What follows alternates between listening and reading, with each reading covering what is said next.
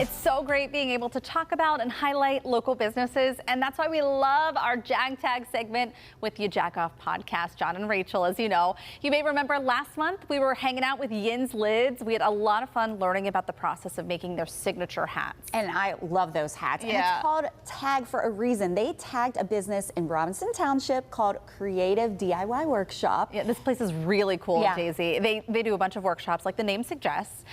They also have really great themes too. So when we stopped by, we got our hands dirty.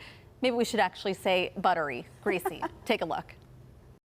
We are ready to party here at Creative DIY Workshops. I'm here with the owner. We have Megan McCormick, and you know Rachel from Ya Jagoff. She's going to sit in on our fun little class. Megan, this is so cool. You were tagged in the Jag Tag. Yes. Tell us about what you do here. So we do a lot of specialty workshops. A lot of my comparable companies, they focus a lot on home decor, which I do as well, but we have a larger variety of classes that we do. Today, for example, we're going to do a charcuterie class where we do a butter candle, a meat flour. You get to wood burn your own customized charcuterie tray, and within that class we also talk about how to set up the proper charcuterie tray.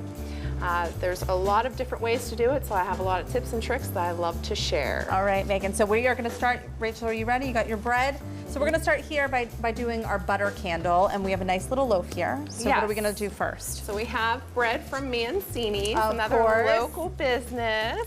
So what we're doing is we're just softening our bread here for us to be able to. We're just using our fingers. Yep, so we're going using right our in. fingers, and we're just going to scoop out the inside of our bread. It's okay, and we'll set that aside so we can eat it later. That's correct.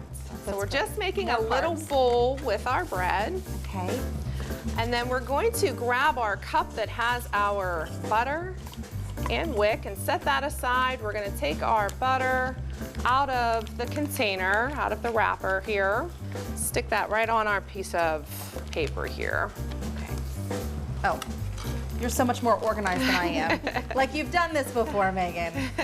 And then I have the seasonings already mixed up for you, but within that class, you do get a recipe card, so you get to take home the recipe and everything, all of the directions of how to do this, so you can recreate this fun masterpiece for your friends and family. And this is why we have gloves on, because we're actually just going to use the best tools that we were given. That's right. We're just going to knead all the seasoning into this candle, or the butter. And while we're doing this, you have done a great job. I mean, this is a COVID baby you set up. That's correct, yes. And staying open, I know we've seen a lot of places similar to this shut down, unfortunately. What do you think has kept you alive and well here? With my business here, I like to say that I like to mix it up with not having way too many rules, as far as I'm an independent. So I get to create my classes, and I have an open mind to making your next event a special event, so that your friends and families and even your colleagues at work will be talking about your events for a lifetime. So I really take the time to work on all those little details that really matter. Okay, so we have our wick.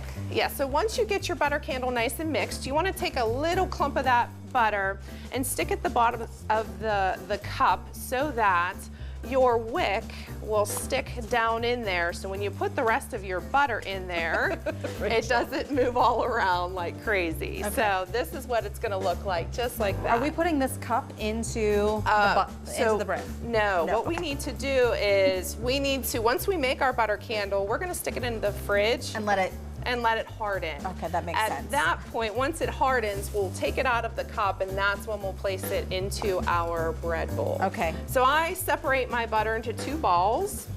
Got it. And I stick one ball on one side of the wick, stick another ball on the other side. Got it.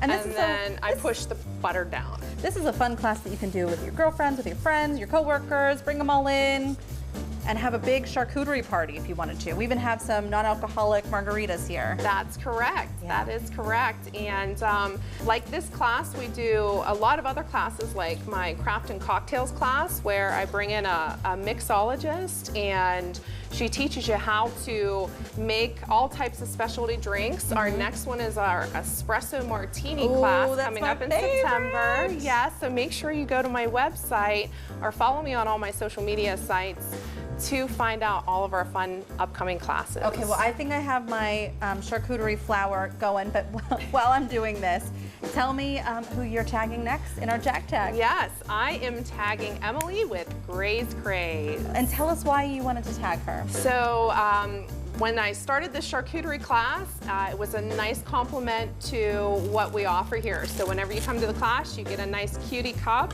to take home with you. It's gonna fall apart. That's cute. And my flour is falling apart. I should have listened to the instructions a little bit better. So great to meet you, Megan. Nice to Thank meet you as well. Can't wait to come back for the espresso martini class, and looking forward to meeting our next tag. Thank you. Thank you very much. And cheers. Thank you. Yes. Cheers.